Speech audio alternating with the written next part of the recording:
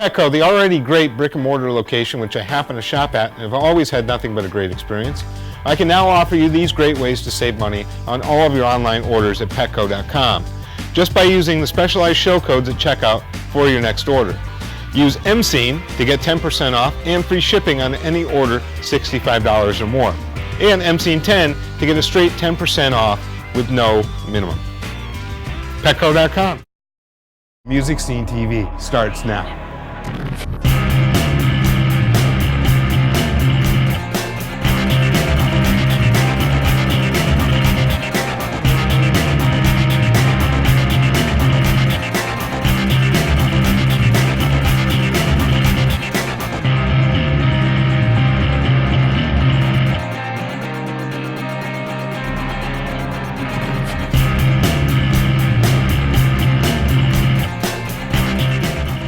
Hey guys, Kerry Chatham here from MusicSceneTV, bringing you coverage from the Digital Music Forum East in New York City.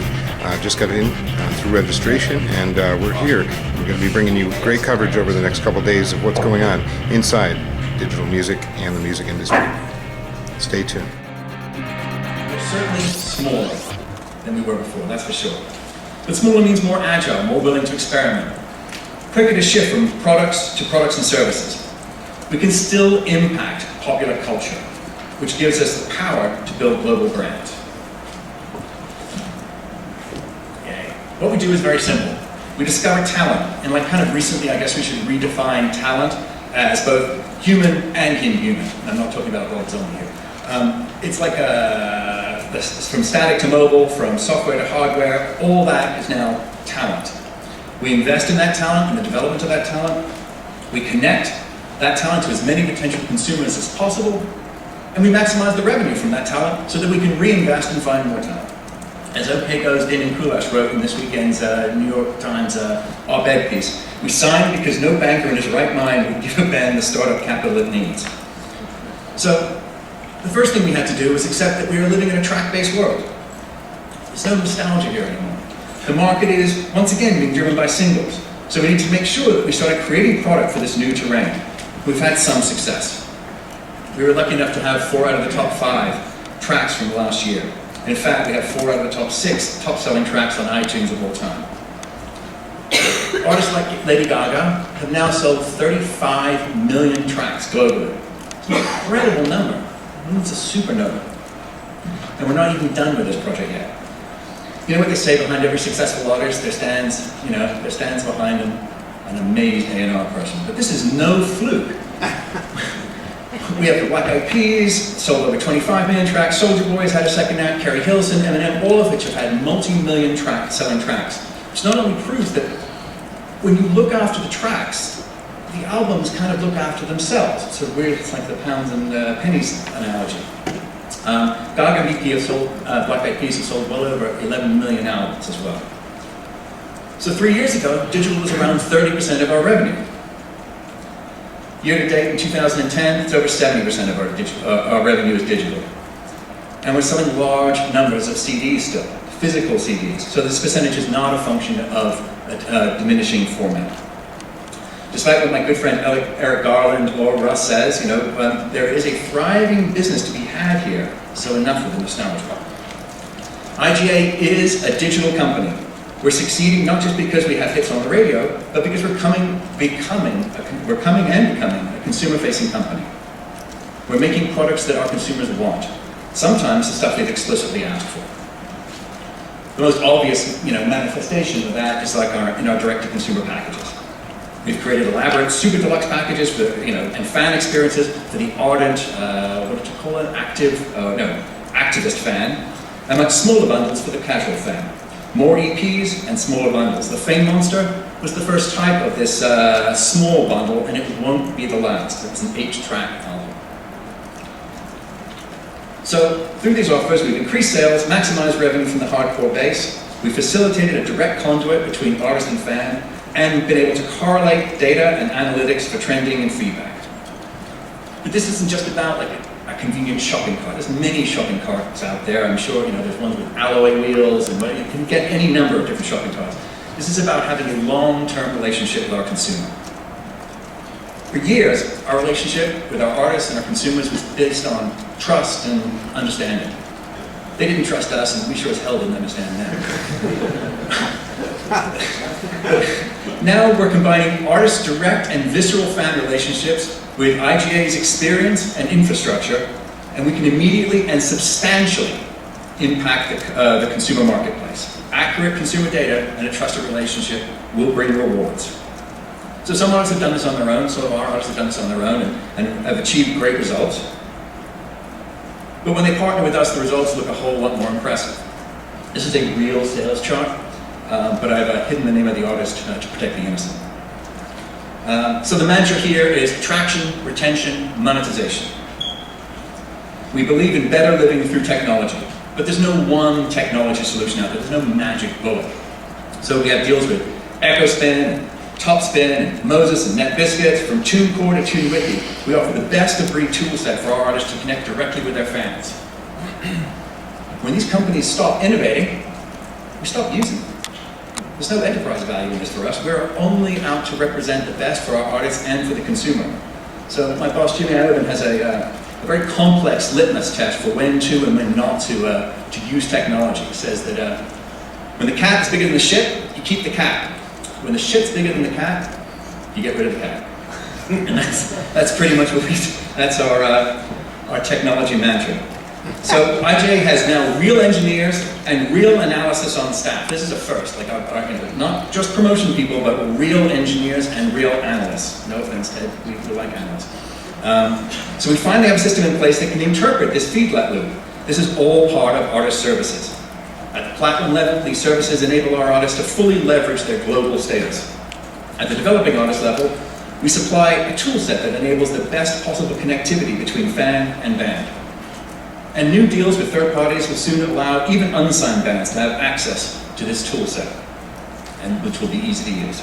So, like syndication, automatically publish out my content from all my social networks to all my social networks, Facebook, Twitter, YouTube, Flickr, with the appropriate links back to the site. But I also want aggregation. I want to automatically ingest all the media about myself and my band that's out there. I want mobility to make content accessible over every mobile device through easy-to-use applications, and I want product distribution to all major retailers nationally and internationally.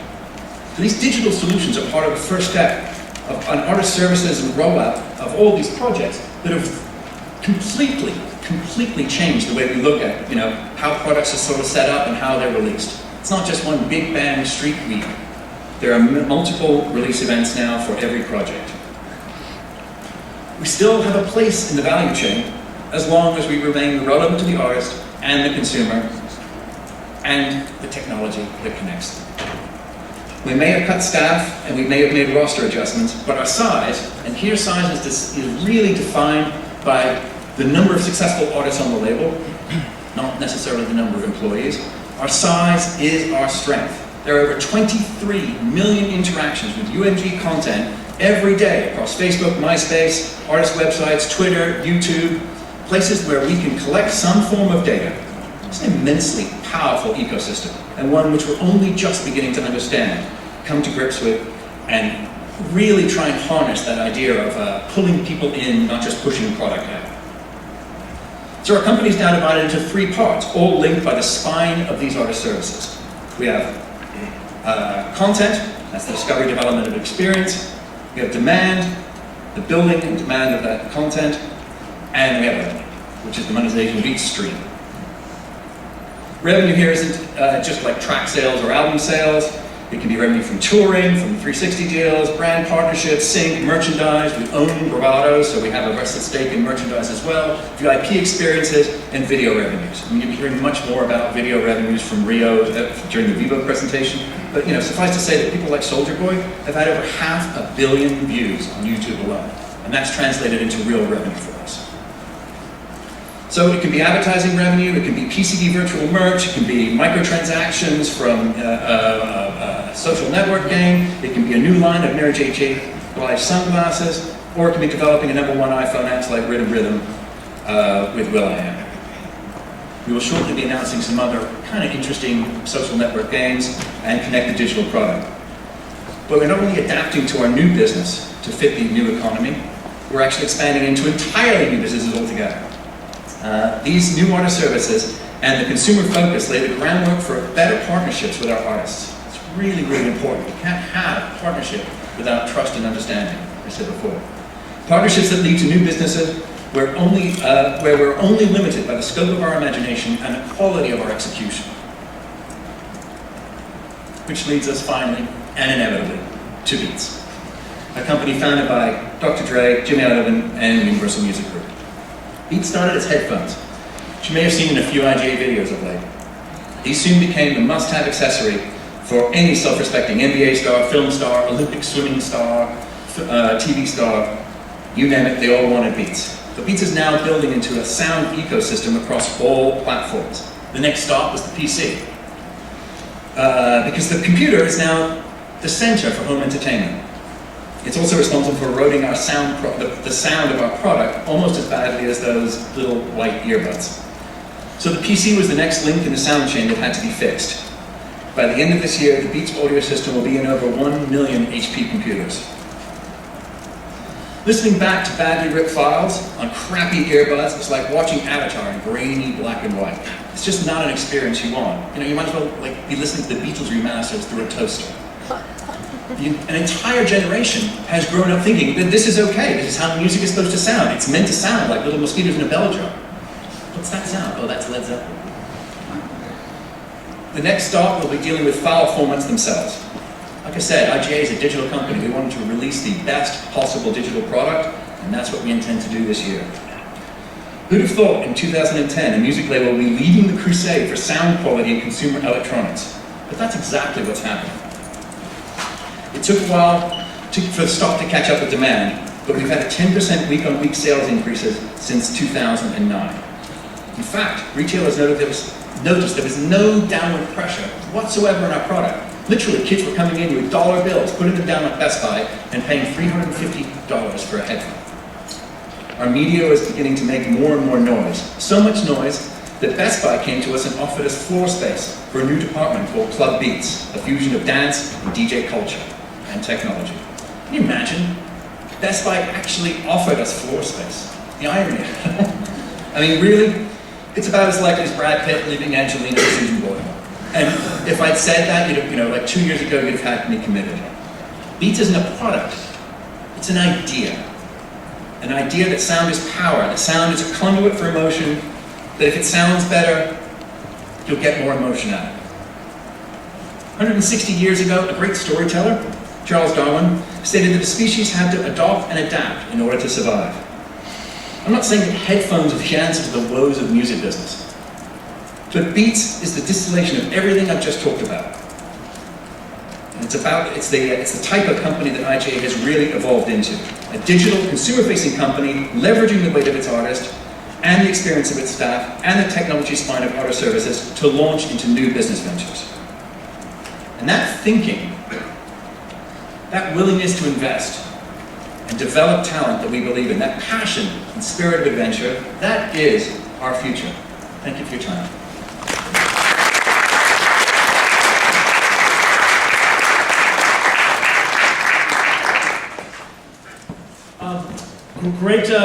Great presentations, guys. I really appreciate it. Certainly generating a lot of ideas that we'll hear more about throughout the conference. Here today to interview Thomas is Larry Kenswell, who's of counsel at Logan Loeb. As an alma mater of Logan Loeb, it's a pleasure to have you here today. Larry also hails from a major label. He was at Universal for many years. Was president of their eLabs digital program for many years, and then was EVP at Universal Music, focusing on business development strategy there. Larry knows these issues inside and out, and it's a privilege and a pleasure to have him here sitting with Thomas today. So thanks, Larry. I'll turn things over to you. And thanks for giving Thomas his title. Because if I gave it again, we'd probably be out of time. I wanted just to plug the local. Just to plug for Low, we have a booth upstairs where we have candy bars, both milk and dark chocolate, and various literature that you can send home to your mother. Low, serving your legal needs for approximately 101 years. They started before you joined? Yeah, slightly. They even started before I joined the music, which is really amazing. Thomas and I go back about 10 years when he joined BMG in 2002 as Chief Strategy Officer, coming from Bertelsmann, where he was head of corporate strategy, and before that the TV business, RTL TV, when he did program acquisition. So he bought SpongeBob and things like that. Yeah, we went to Hollywood and bought films. Oh, that's wonderful. It was fun. Yeah, big world. With the merger between Sony and BMG in 2004, Thomas became president of Global Digital, and in 2007 he added on physical sales as well, which is something I want to ask you about. He's also a concert pianist, so if we get too boring, we'll give you a little help. You ready for that? Yeah. Okay. First, let's start with the merger of digital and physical sales. I know Sony was one of the first to do that, and most of the other labels the major labels handle it that way as well. There was a long debate for many years as to whether did the digital business, which in many ways was competing with the physical business, would do better with a separate unit or to converge it into the same unit. And obviously Sony decided to put them together. Can you give us your thoughts on that and why that works better than keeping them separate? Yeah. We did that fairly early on, as you say, Larry, and I think it was the right decision. As our business transitions into digital, I think it's important that the sales team has a common goal and something to develop, as well as obviously the physical business, which needs to be managed, but which is declining. And I think just from the point of view of building a strong team, building morale, I think that it's important to put that under one roof. Ultimately, I think the way we separate them out now is there's sort of the digital business development, which is on the one hand side sort of at the frontier of new developments on the business side, building new business models, developing new partners. And then there's the sales side, which is really all about release-driven activities. So it's driven around what do we do with Kesha, what do we do with Susan Boyle, what do we do with Usher, what do we do with these releases. And the world of sales has just changed very much from what it used to be. It used to be, how do you get your CD into traditional retail? How do you get it to be positioned in the best possible way so you can sell as many units as you can? And now it's really about, well, this release really would be an ideal release to do an exclusive with this particular retailer, or, and let's, window it in a way that we actually start with an exclusive here, but then we move to a more general configuration with the rest of retail.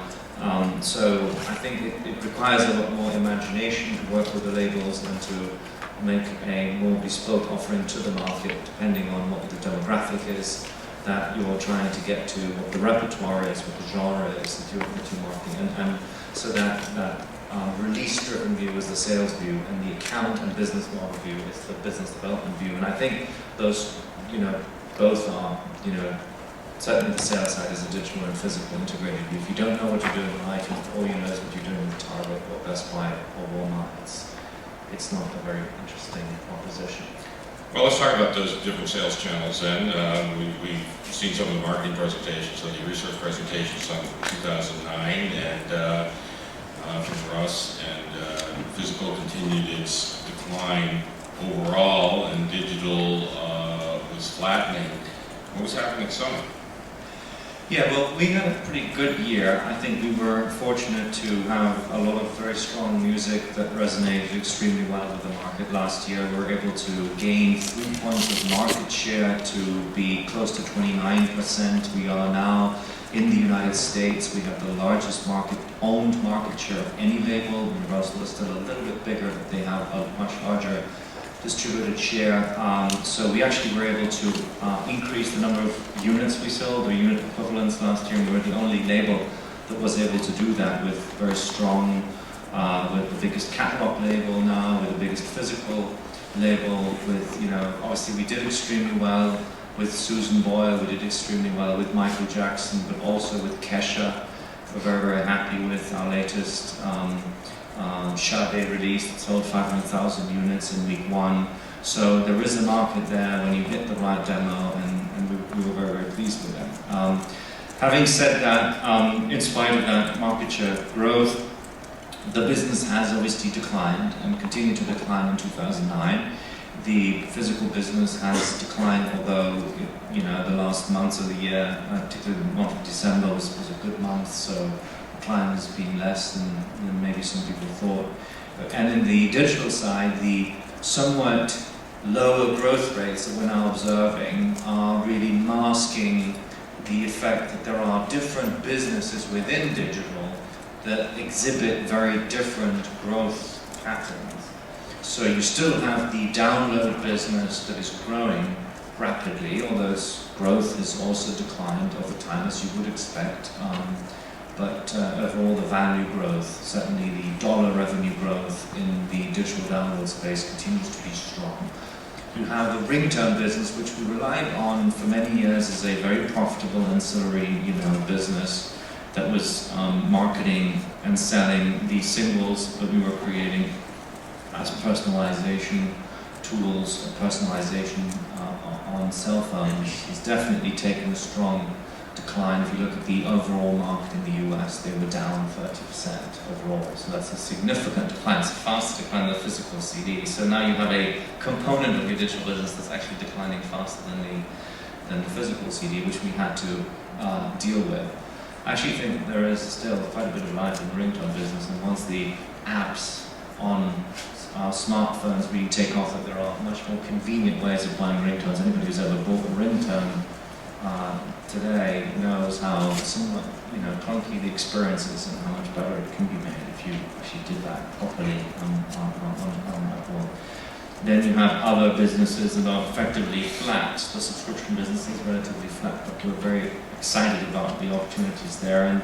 And then some of the other streaming businesses, audio streaming and video streaming, that had a big step up in the prior year and have so far not really delivered terribly well, because the way it's been executed, I think, could be improved. But I think that too, we see a ton of opportunity. So I think it's important when you see digital, it's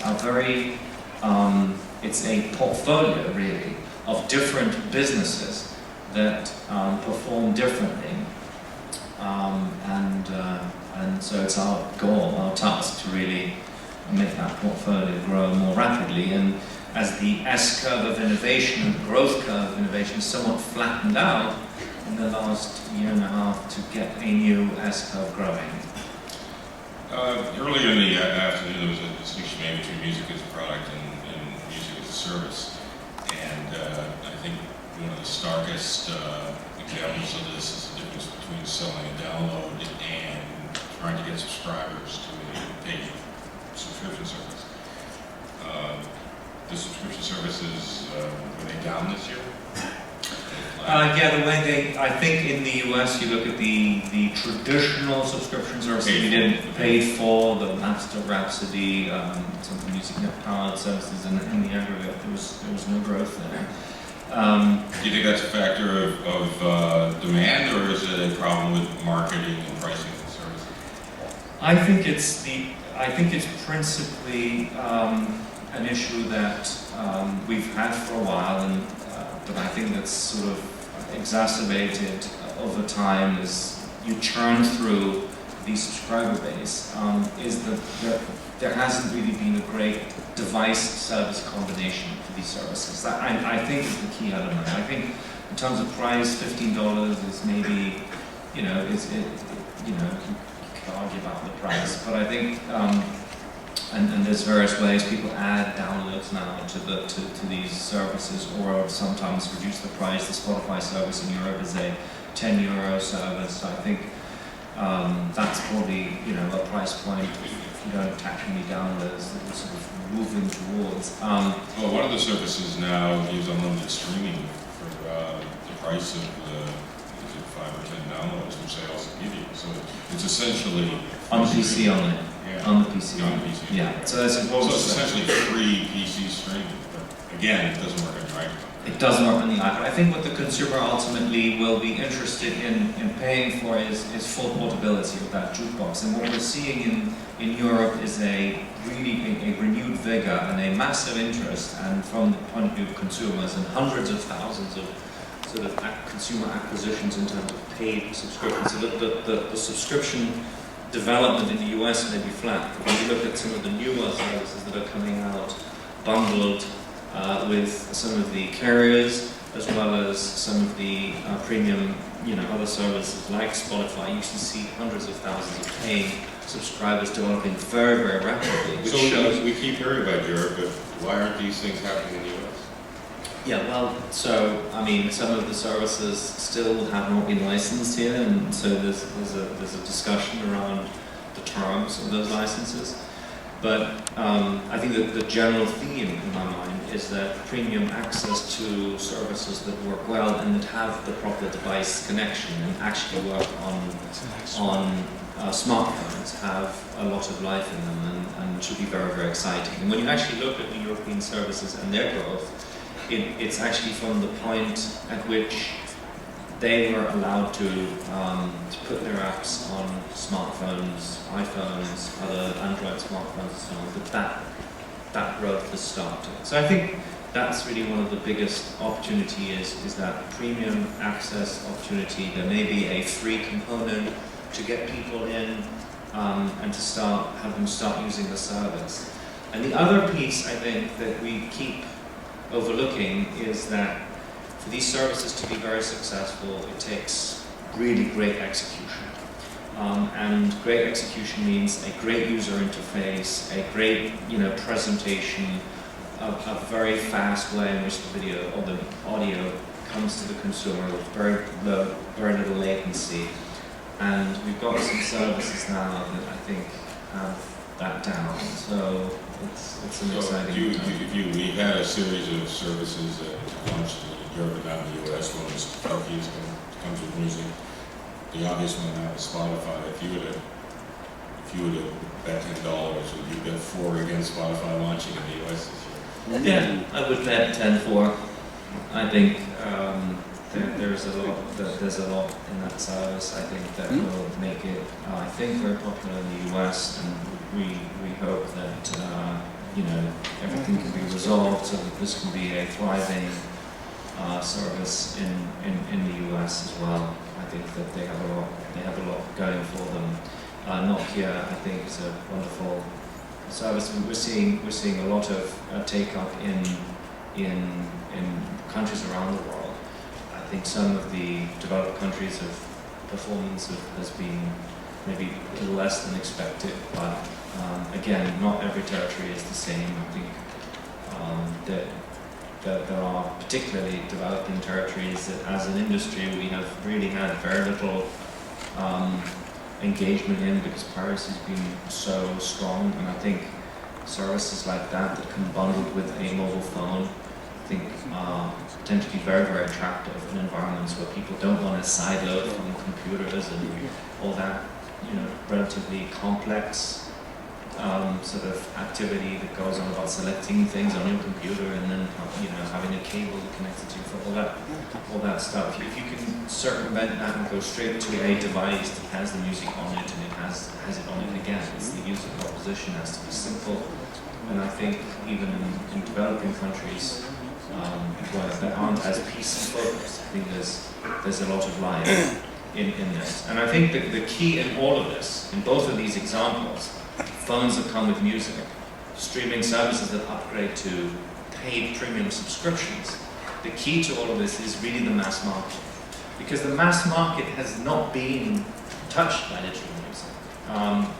When you look at the digital download business, which is by far the largest component of our digital business now, very few consumers generate the bulk of that revenue. It's people who are, have a great affinity to doing commerce on their PC, who are technically very literate.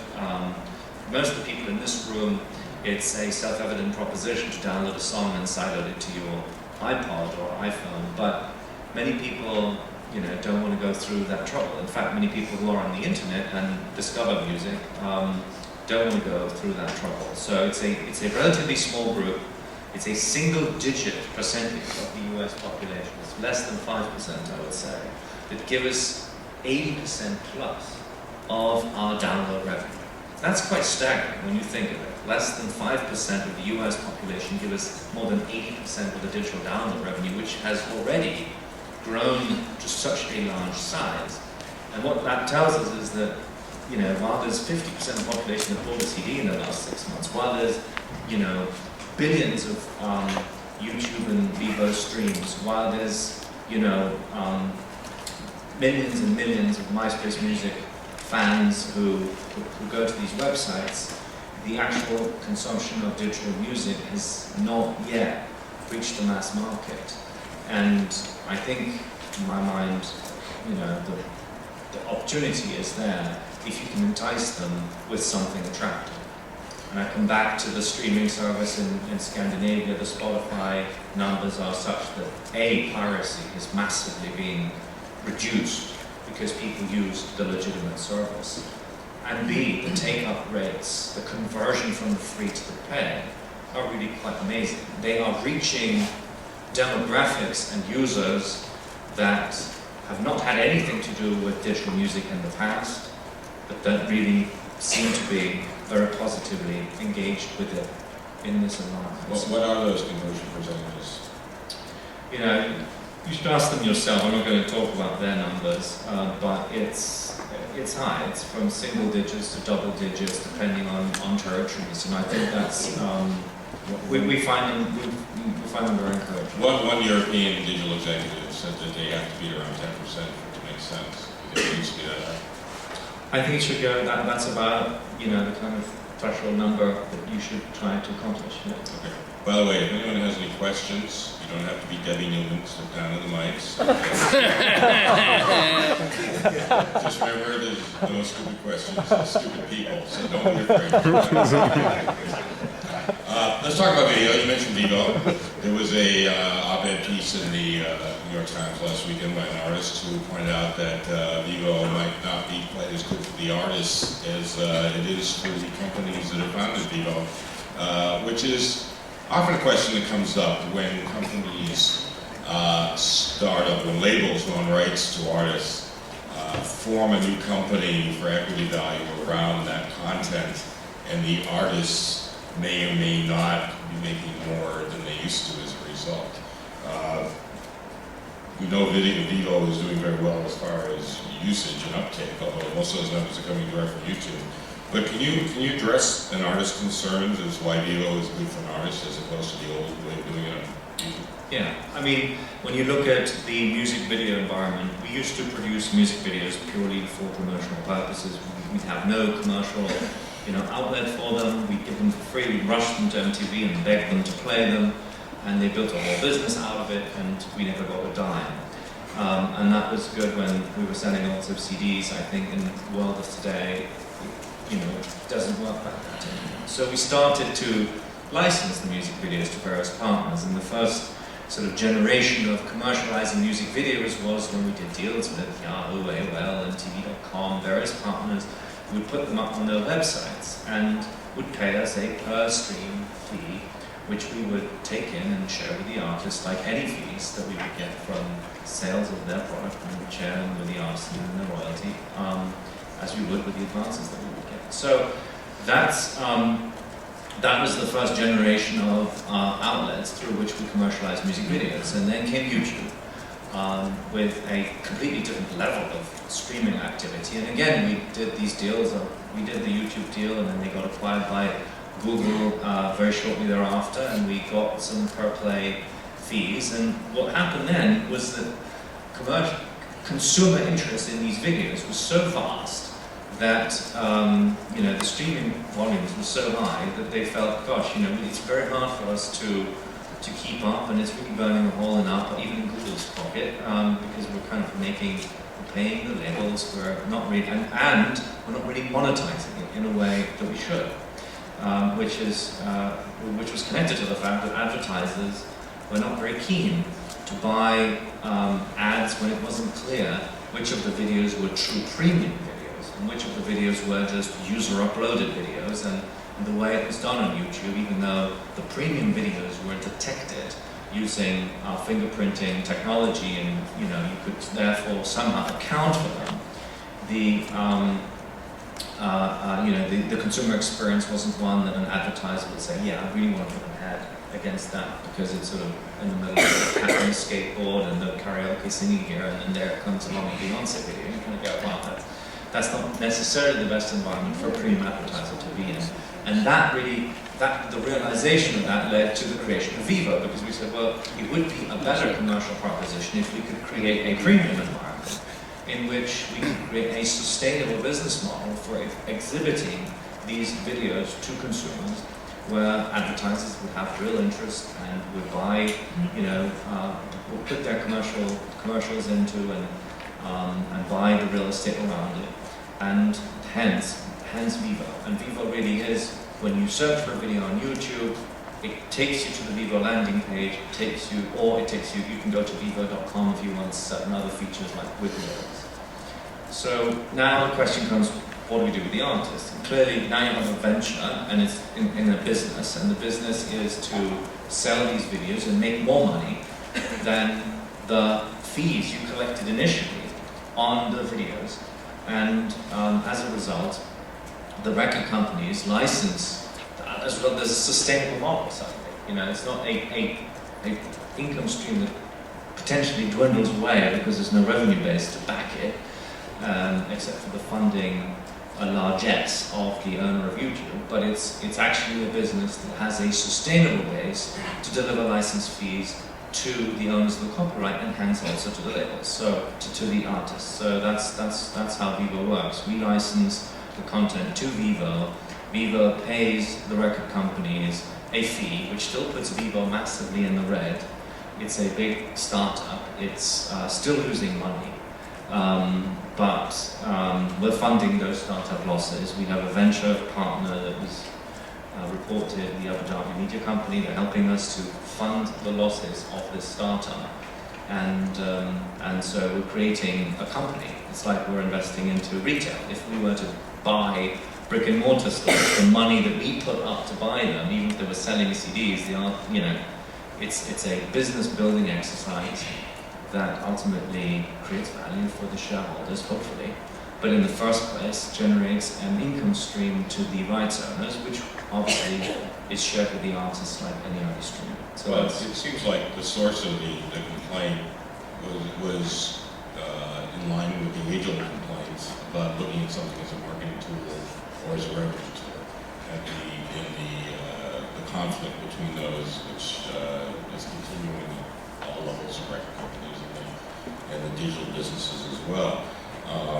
And this, I think, was epitomized by the embedding tool that YouTube has for its videos, where any site can embed a YouTube video and sell advertisements around it. YouTube generally allowed all of those embeds to occur, hoping to bring people back to YouTube after watching the video. Evidently, they've all been turned off, but at least some of the videos have turned off the embedding switch, so that an artist who used to be able to tell any of their fan sites, you can have the video, just embed YouTube, suddenly they finally can't. Does YouTube have a plan to replace that type of experience so that fan sites can still have access to the video? Yeah, I'm not quite sure I fully understood the question, but I think in a Web 1.2 world, we're very supportive of people taking the video, embedding it in other places. We will be doing sort of distribution deals as Vivo with all sorts of parties who would like to exhibit the videos in their environment. And then, but the core is, as Vivo will be selling the advertising. And so as Vivo sells the advertising, Vivo takes that money in, and Vivo pays the record label and the artist as a result of that mechanic. So I think that's I think it's the right way to do it. The artist sites themselves are going to be fed with the Vivo videos. We, as at Sony, we have when you look at our artist sites, which I think are actually a great place to go, because we've put a lot of effort into making them more lively and connect the artists and the fans more. We've put a lot of resources into making that better, into building commerce opportunities around that. We sold 12,000 AC/DC box sets of $200 each, which is the kind of product that we're selling now on these artist websites. So we're very excited about the artist website and the video around that, which used to be powered by an in-house service called MyPlay, which was very successful, will be switched over to Vivo powering that, so that all the artist videos point to one place, and point to one sort of advertising sales team that can sell it, the brands are responding very positively. We're very pleased with the results. People are re-upping now on buying the commercials. Many brands are hungry for new interactive opportunities on the web that are premium. Our videos are premium. We produce them at considerable expense, and I think what this will ultimately allow us to do is produce more videos and to create an even livelier and even richer and a more colourful experience for people to experience the artistry and the imaging. I think it looks really great in HD the way it's now come out, so we're excited about it. Believe it or not, we're almost out of time, for those of you watching this live, and we have one question left. When these conferences started back in the late 50s, digital music, there was always a presentation about what Jupiter was especially guilty of this, about what the numbers would look like next year and the year after and the year after. I always complained how they never put up what they said the numbers would look like, and that they never would sing. So I'm going to make you do the same thing. If you were to look down the road to the music business, once all this does go to settle down, 5, 7, 10, whatever years it actually comes to the point where the changes are manageable rather than controllable. One, what other dominant revenue streams? Where does most of the money come from? And two, a piece of it would be the majors. Okay, I think that it's a difficult question because the visibility around where music will be is somewhat limited. I think though, asking the question about 5 or 7 years is much easier in some ways to respond than asking about the next 1 or 2 years, because it's always hard to sort of gauge exactly how quickly these changes happen, though, and it's the same with the general development of the internet. You can kind of say that in 10 years things will look a little bit like that. Well, Bill Gates said the short term is always longer than it seems, and the long term is always shorter. I think that's exactly putting it much more eloquently I know nothing than else I could ever do. I know nothing else Bill Gates says. So I think so we do have the two dynamics. We have the CD decline, which will continue, but until we have really devices that come with music in a ubiquitous way, I think we will continue to see CDs in the market. And I'm certainly someone who continues to believe in the CD format. 30% of the US population is not online. If you go into sort of the states in the middle of the country, it's more people, and these people will want CDs, and they buy CDs, 500,000 Shaggy albums, 18% digital, 82% non-digital, physical. It speaks for that. So we'll continue to have a CD format, and so I think there'll be a decline that will somewhat decelerate and then accelerate again at some point. So that's one component. The other component is this effort of reaching the mass market with broad digital offerings. I think that we will see premium, all-you-can-eat offerings that are coupled with very inexpensive, rich, but offerings that are somewhat more limited. Pandora-like offerings, radio, that internet, radio music that's not quite on demand, but that's sort of pre-configured for you, with or without limited skipping, with some of the limitations of caching or not caching, but they provide an entry point for the mass market to then upsell into downloads and premium access. And I think we're going to see much more of that bundled with hardware, bundled with internet access, bundled with mobile carriers, and that will be, I think, growing very, very rapidly. So when you look 5 years out, the CD is now, let's say, 60% of our business. If you look at the RIAA figures for 2009, it's a bit less for the majors, but for the market, it's about that. So I would say in 5 years, would it be like 20% or something of the business? So 80% would be digital at that point. And then of that 80%, we would still have downloads being a very important component, and then the subscriptions being the second big component, and then so the whole advertising funded video piece being an important component. And I still think the personalization environment for music, personalizing websites, personalizing phones, personalizing other things will be somewhat playing a role in that. So those are the 4 or 5 big components within digital. I think that's sort of the picture I think that we would see. Will the labels get more of their money from products they are selling through retailers? Or will they get more of their money through copyrights that are licensing to aggregators?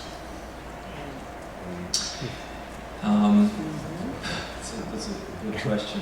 I think we will always have to rely on third parties that we go through, whether it's Walmart, iTunes, Walmart, Best Buy, Target, or iTunes, or Spotify, or services that are bundled with phones like Nokia, or Vodafone, or Verizon, AT&T. I think this will still be, I think these will be dominant.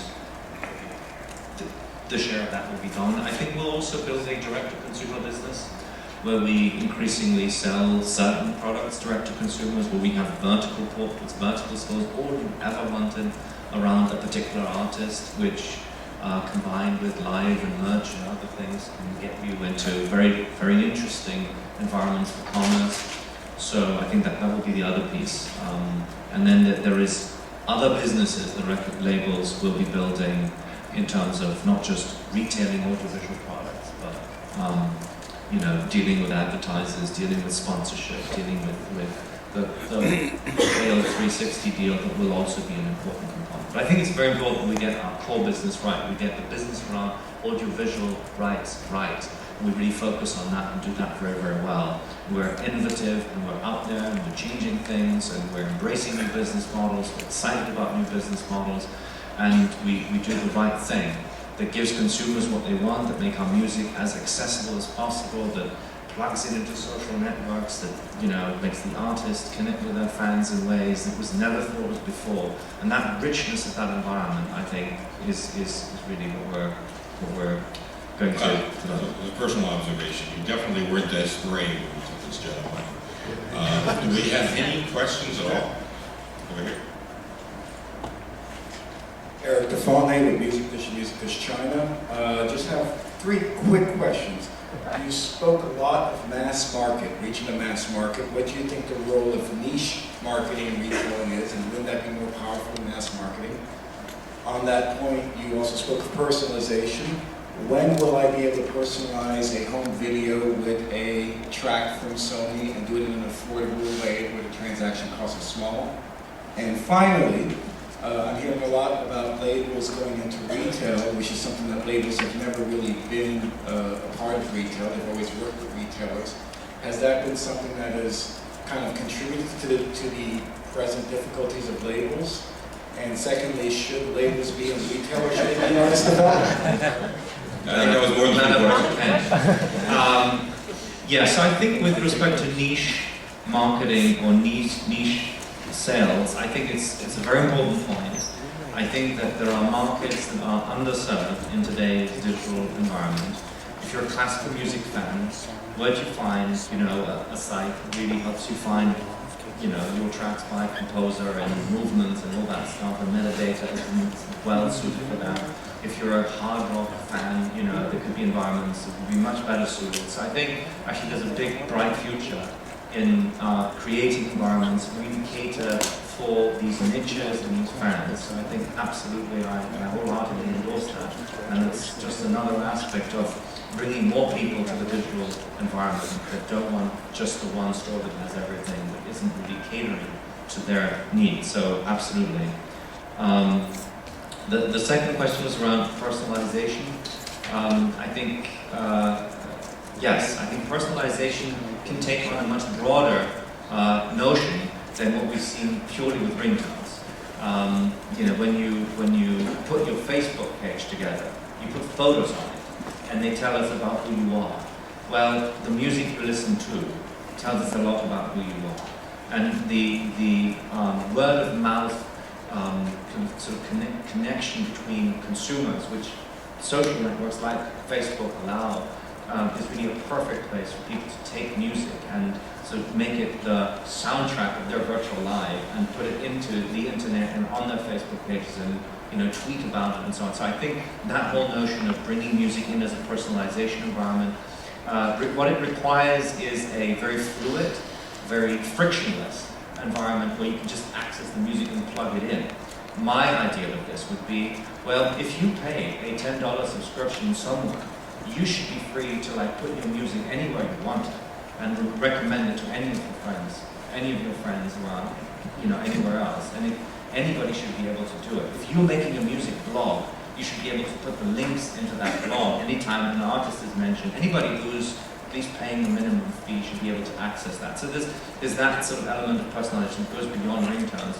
Although I do think that ringtones are the right future, even though they've declined by 30% last year. I think there's still something there. And then on direct retailing, yes, I think, you know, direct retailing will take on a different way than retailing in general. I mean, selling that $200 AC/DC box set, the internet is perfectly suited to do that. And maybe the acdc.com is where your notion of niche marketing comes back in. Is actually the ACDC website is the right place to sell that. And there are fans all over the world that end up buying that. And whereas if you sold it to Best Buy, it would sit in a store somewhere in Texas, it would just sit there and gather dust, potentially. So I think using those marketing environments and sales environments that the internet offers can allow you to create completely new ways of retailing and reaching consumers very effectively to make money. Do you have a question, Matt? I do, yes. There's been a lot of talk about music in the cloud, and in particular speculation about Google's plans. I'm just kind of curious, I'm trying to make sense of what that really means, music in the cloud. I'm curious what your idea behind music in the cloud might be, and some thoughts on that. Yeah, music in the cloud really is the next generation of digital music. It's the next, you know, innovation that goes beyond downloading a file to a computer, which can be sideloaded to a device or copied and forwarded. It's really about creating a service environment that works regardless of the machine that you're using it on, that works on your cell phone, on your PC, ultimately on your TV. I think the whole audio environment is being totally neglected when you think of how home audio works. It hasn't really changed. The equipment that most people have to listen to their CDs on is probably 10 years old.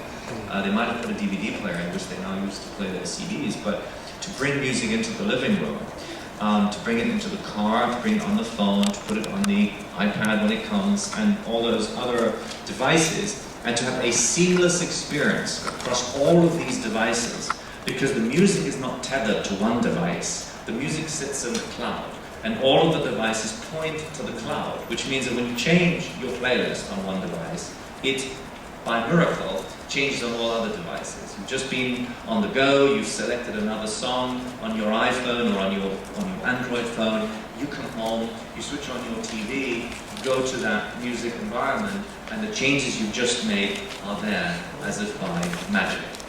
Without you having to sync anything or have a computer in the middle. That is music in the cloud.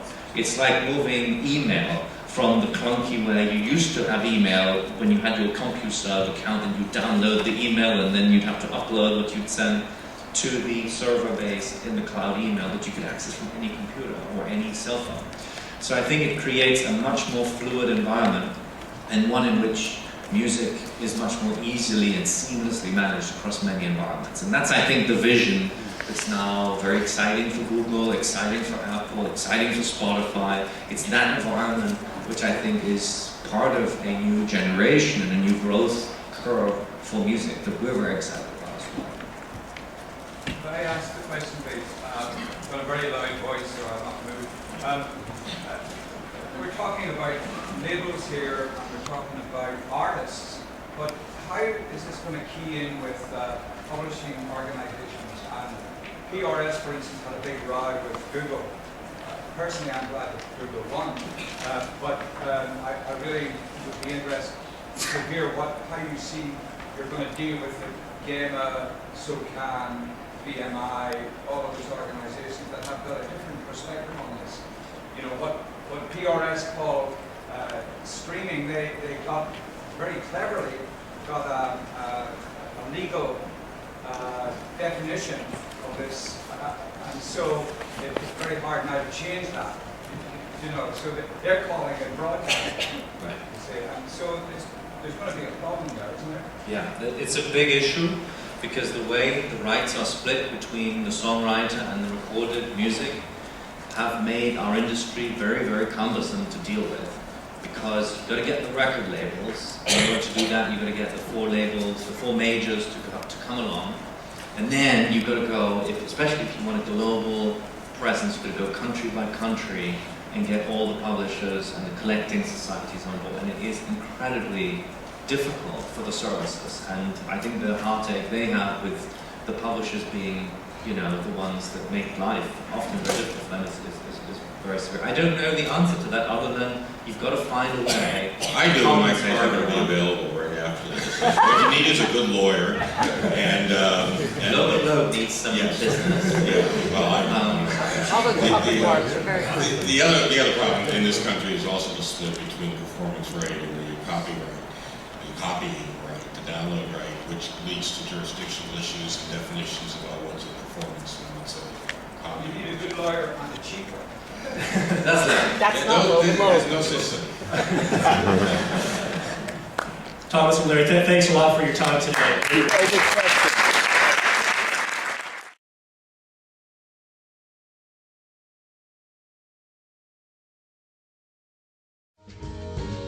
When I get the urge, I just have to do it.